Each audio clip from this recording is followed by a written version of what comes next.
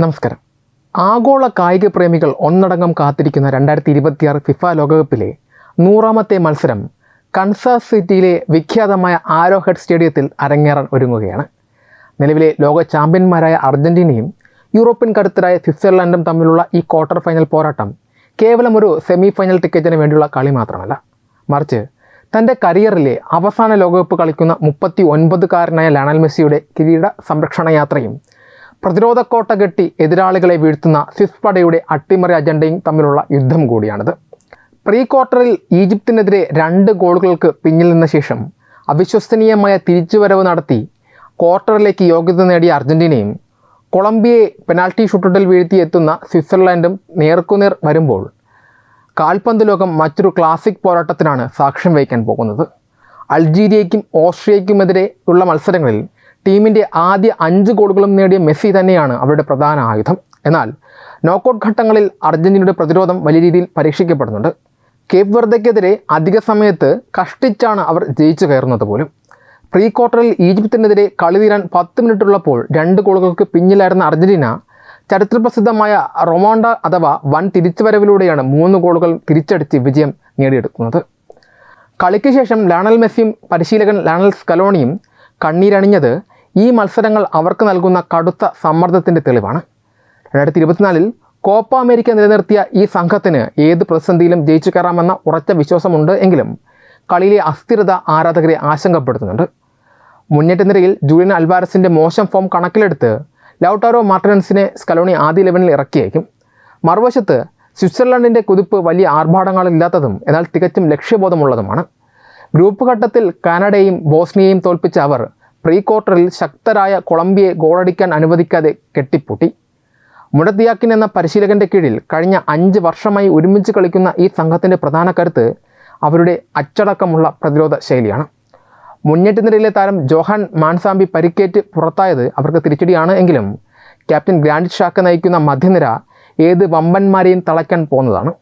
കളം നിറഞ്ഞു കളിക്കുന്ന ഷാക്കയുടെ സാന്നിധ്യം സ്വിസ് നിരയ്ക്ക് നൽകുന്ന ആത്മവിശ്വാസം ചെറുതല്ല. ബ്രീം എംബോളോ, ഡാൻ എൻഡോയ തുടങ്ങിയ വേഗതയേറിയ താരങ്ങളിലൂടെ കൗണ്ടർ അറ്റാക്കുകൾ നടത്തി അർജൻറ്റീനയുടെ ദുർബലമായ പ്രതിരോധത്തെ തകർക്കുക എന്നതാവും സ്വിസ് തന്ത്രം. ചരിത്രപരമായി ഇരു ടീമുകളും തമ്മിൽ മുൻപ് ഏറ്റുമുട്ടിയപ്പോൾ വലിയ നാടകീയതകൾ ഉണ്ടായിട്ടുണ്ട്. 2014 ലോകകപ്പിൻ്റെ പ്രീ ക്വാർട്ടറിലും ഇതേ മെസ്സിയും ഷാക്കയും നേർക്കുനേർ വന്നിരുന്നു. അന്ന് കടുത്ത പ്രതിരോധവുമായി സ്വിറ്റ്സർലൻഡ് അർജൻറ്റീനയെ 118 മിനിറ്റ് വരെ ഗോൾ രഹിതമായി തളച്ചിടുകയും ചെയ്തു. ഒടുവിൽ അധിക സമയത്തിൻ്റെ അവസാന നിമിഷങ്ങളിൽ മെസ്സിയുടെ ഒരു മാന്ത്രിക മുന്നേറ്റത്തിൽ നിന്ന് ഏഞ്ചൽ ഡി മരിയ നേടിയ ഗോളിലാണ് അന്ന് അർജൻറ്റീന കഷ്ടിച്ച് രക്ഷപ്പെടുന്നത്. ചരിത്രം ആവർത്തിക്കാതിരിക്കാൻ സ്വിസ് പട പരമാവധി ശ്രമിക്കുമ്പോൾ കളിയിലുടനീളം പന്ത് മെസ്സിയിലേക്ക് മാത്രം എത്തിക്കുന്ന അർജൻറ്റീനയുടെ പരമ്പരാഗത ശൈലിയെ പൂട്ടാൻ അവർക്ക് സാധിച്ചേക്കും. അർജൻറ്റീന ഈ ടൂർണമെൻറ്റിൽ നേടിയ ഭൂരിഭാഗം ഗോളുകളും ഇടംകാല് കൊണ്ട് നേടിയതാണ് എന്നതും മെസ്സിയുടെ ഇടംകാലിനെ പൂട്ടുക എന്നതുമാവും സ്വിറ്റ്സർലൻഡിൻ്റെ പ്രധാന ലക്ഷ്യമെന്നതും ഈ മത്സരത്തെ കൂടുതൽ തന്ത്രപരമാക്കുന്നു. വിദഗ്ധരുടെ പ്രവചനങ്ങളിൽ ഭൂരിഭാഗവും അർജൻറ്റീനയ്ക്കാണ് മുൻതൂക്കം നൽകുന്നത്. മെസ്സിയുടെ സാന്നിധ്യം കളിയിലെ നിർണായക ഘടകമായി മാറുമെന്നും കളി കടുത്ത പോരാട്ടത്തിനൊടുവിൽ അർജൻറ്റീന 1-2 ഗോളുകൾക്കോ അല്ലെങ്കിൽ പെനാൽറ്റി ഷൂട്ടൗട്ടിലോ വിജയിക്കുമെന്നുമാണ് പൊതുവെയുള്ള വിലയിരുത്തൽ. എന്നാൽ അർജൻറ്റീനയുടെ കളിയിലെ ഭാഗ്യവും റഫറിയിങ് തീരുമാനങ്ങളും മാത്രമാണ് ഇതുവരെ അവരെ എത്തിച്ചതെന്നും തികച്ചും പ്രൊഫഷണലായ സ്വിസ് പട അവരെ അട്ടിമറിക്കുമെന്നും കരുതുന്ന നിരീക്ഷകരുണ്ട്. പോർച്ചുഗീസ് റഫറി ജാവോ പിൻഹീറോ നിയന്ത്രിക്കുന്ന ഈ മത്സരത്തിലെ വിജയികൾക്ക് സെമി ഫൈനലിൽ ഇംഗ്ലണ്ടോ നോർവേയോ ആയിരിക്കും എതിരാളികൾ. എന്തായാലും കൻസാസ് സിറ്റിയിലെ പുൽമൈതാനത്ത് ലയണൽ മെസ്സിയുടെ ലോകകപ്പ് സ്വപ്നങ്ങൾ തുടരുമോ അതോ സ്വിസ് പ്രതിരോധം ലോക ചാമ്പ്യന്മാരുടെ കഥ കഴിക്കുമോ എന്ന് അറിയാനുള്ള ആകാംക്ഷയിലാണ് കായിക ലോകം.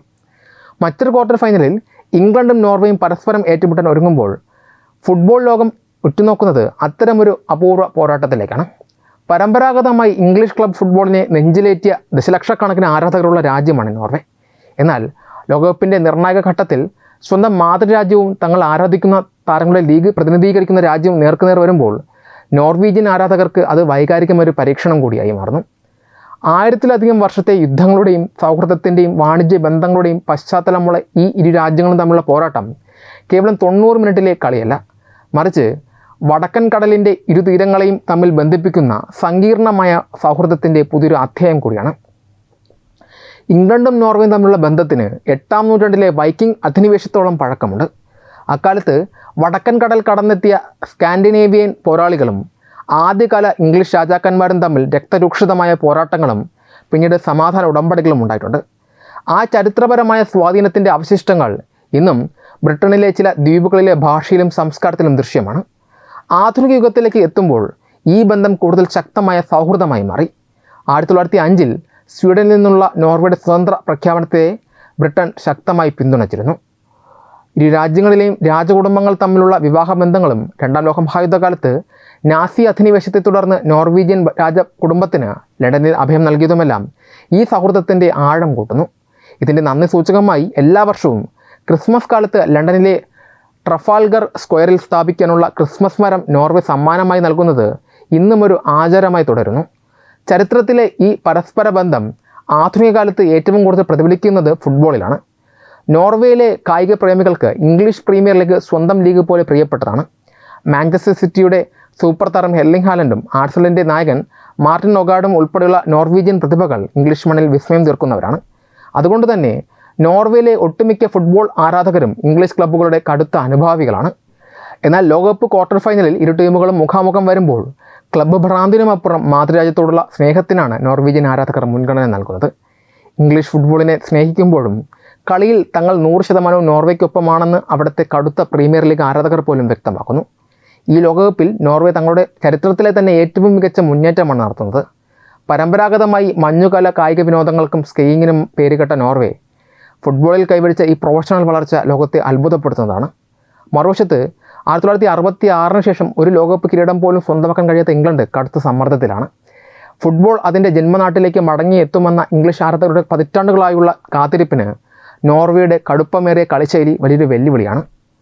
ബ്രിട്ടൻ്റെ അയൽ രാജ്യങ്ങളായ സ്കോട്ട്ലൻഡ്, അയർലൻഡ്, വെയിൽസ് തുടങ്ങിയ രാജ്യങ്ങളിലെ ആരാധകർ ഇംഗ്ലണ്ടിനെതിരെയുള്ള ഈ പോരാട്ടത്തിൽ നോർവേക്ക് പിന്തുണയുമായി രംഗത്തുണ്ട് എന്നതും ശ്രദ്ധേയമാണ്. മത്സരത്തിൻ്റെ ഫലം എന്തു തന്നെയായാലും അത് ഇരു രാജ്യങ്ങളും തമ്മിലുള്ള ഊഷ്മളമായ സൗഹൃദത്തെ ബാധിക്കില്ലെന്ന് കായിക ലോകം വിശ്വസിക്കുന്നു.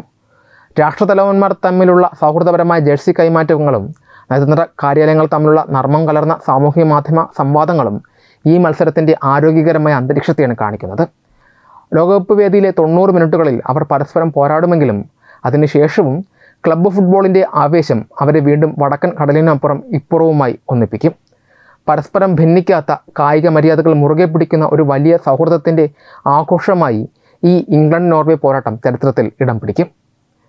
വെബ് ഡെസ്ക് തത്വമൈ ന്യൂസ്.